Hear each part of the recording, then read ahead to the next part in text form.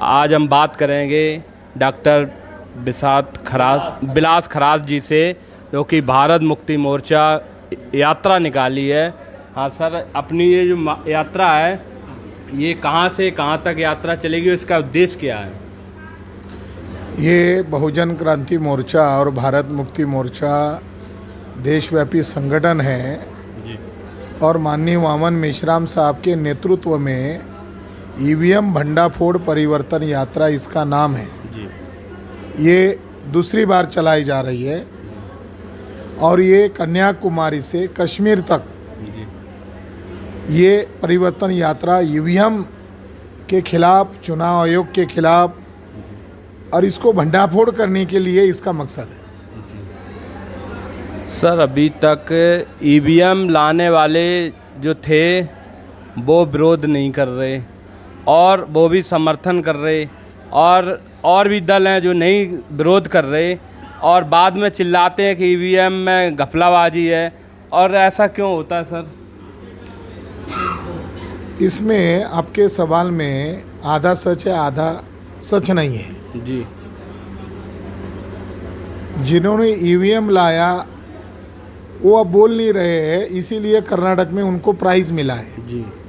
कांग्रेस कर्नाटका में जीती है क्योंकि उनका पहले ही समझौता हो चुका है। कांग्रेस और बीजेपी ने आपसी समझौता किया है और आरएसएस के लोगों ने उनको जब कोर्ट में एक्सपोज किया, नंगा किया कांग्रेस वालों को कि 2004 और 2009 में आपने ईवीएम घोटाला करके केंद्र की सत्ता पर कब्जा किया जी। और चुनाव आयोग के सहयोग से किया। जी। तब इन्होंने गुप्त समझौता किया, हमने 2 बार घोटाला किया है तो आप भी 2 बार घोटाला करो। ये समझौते के तहत चल रहा है। कांग्रेस को और बीजेपी को मान्यवर कांशीराम साहब सापनाथ और नागनाथ कहते थे जी। और ये जाति से ये दल ब्राह्मणों के दल है। जी।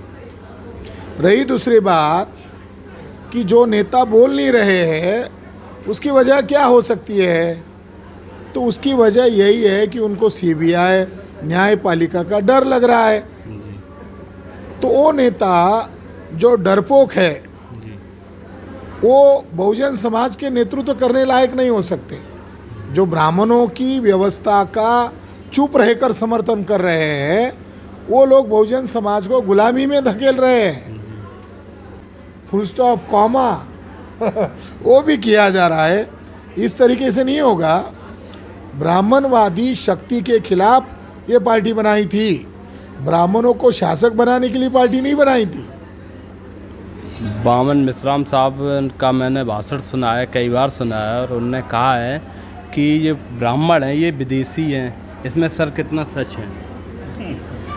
अभी आपको बताने के लिए उत्तर प्रदेश का एक एनडी तिवारी नामक एक पंडित थे, पूर्व मुख्यमंत्री थे। जी। जी। उनकी एक शादी की महिला थी, पत्नी थी, और उनकी कभी कभार किसी महिला के साथ अफेयर होंगे।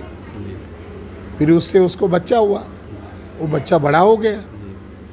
जब वो बच्चा बड़ा हुआ तो उसने एक बार पूछ लिया मेरे पिता का नाम क्या है, तो उसने बता दिया वो जो मुख्यमंत्री व्यक्ति रहा है वही तुम्हारा पिता है।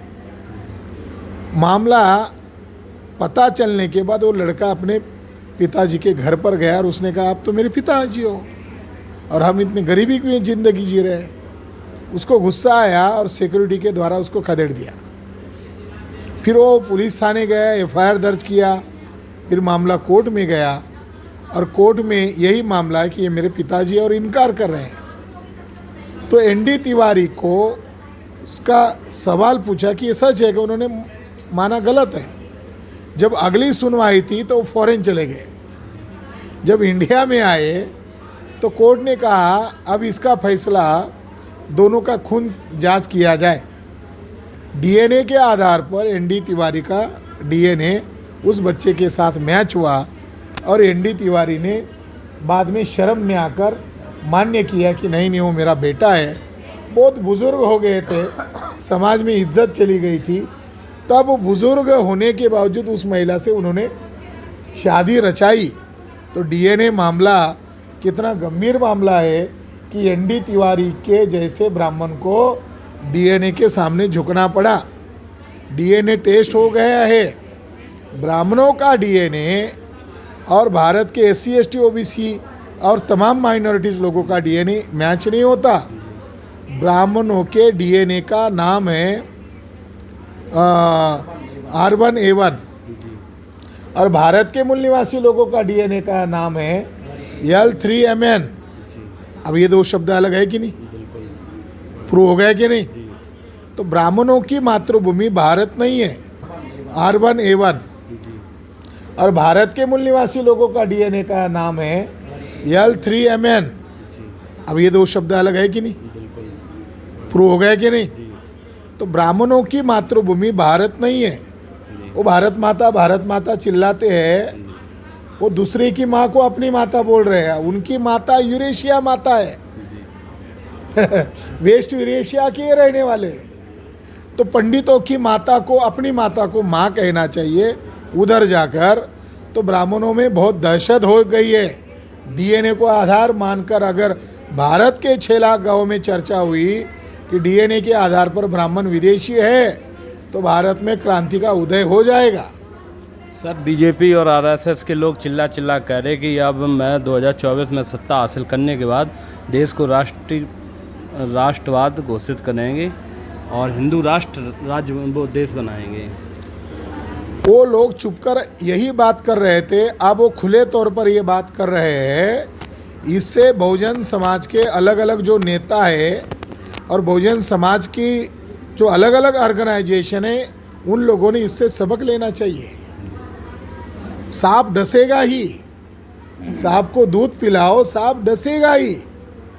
तो उसके खिलाफ मान्यवर वामन मेश्राम साहब ये आंदोलन चला रहे हैं और वो हिंदू राष्ट्र का प्रचार इसीलिए कर रहे हैं। ये भी समझना जरूरी है कि ब्राह्मणों के अधीन राष्ट्र बनाना चाहते हैं और संविधान के चलते वो उनका मकसद पूरा नहीं हो रहा है।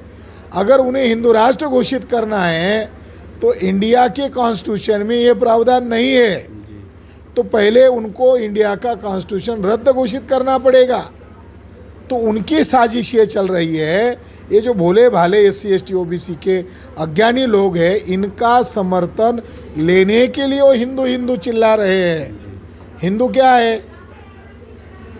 अगर हिंदू राष्ट्र बनाना चाहते हो ब्राह्मणों, तो हिंदू शब्द ऋग्वेद में कहा है, हिंदू शब्द रामायण में कहा है, हिंदू शब्द महाभारत में कहा है, पुराण में कहा है। हिंदू तो मुगलों द्वारा दी हुई गाली है। ऐसा स्वामी दयानंद सरस्वती ने सत्यार्थ प्रकाश नामक उसके किताब में पृष्ठ संख्या 81 पर लिखा। उसने लिखा, हे आर्य ब्राह्मणों, तुम अपने आप को हिंदू न कहे, हिंदू मुगल मुसलमानों ने दी हुई गाली है, जिसका मतलब दुष्ट, छली, कपटी। संख्या 81 पर लिखा। उसने लिखा, हे आर्य ब्राह्मणों, तुम अपने आप को हिंदू न कहे, हिंदू मुगल मुसलमानों ने दी हुई गाली है, जिसका मतलब दुष्ट, छली, कपटी, नीच और गुलाम होता है। तो अब हम कह रहे हैं, हे ब्राह्मणों, वो जो गाली थी आज आपको गर्व क्यों लग रहा है? तो जो हिंदू राष्ट्र के नाम पर जो ब्राह्मण खेल खेल रहे हैं, ये एससी एसटी ओबीसी को जगाना जरूरी है। उनका हिंदुत्व ब्राह्मणत्व है, उनका हिंदुत्व ब्राह्मणत्व है। वर्ण व्यवस्था, जाति व्यवस्था, छुआछूत की गंदी सिस्टम, क्रिमिनल ट्राइब्स, महिलाओं की दास्ता, ये घटिया प्रोडक्ट है ब्राह्मणवाद का। उसके खिलाफ लोगों को जागरण करना होगा।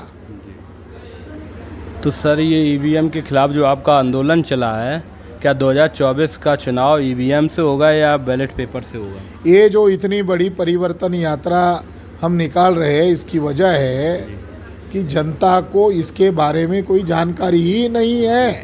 बेसिक बात, 8 अक्टूबर 2013 को जो फैसला आया सुप्रीम कोर्ट का ईवीएम के खिलाफ, उसके बारे में मीडिया ने, राष्ट्रीय मीडिया ने एक कोई सिंगल लाइन की जानकारी नहीं दी। तो अब ये जो राष्ट्रीय स्तर की परिवर्तन यात्रा चल रही है, ये जन जागृति का अभियान साल भर तक चलेगी। जी। उसके बाद हम लोग भारत बंद भी करने वाले हैं। ईवीएम के खिलाफ भारत बंद करेंगे।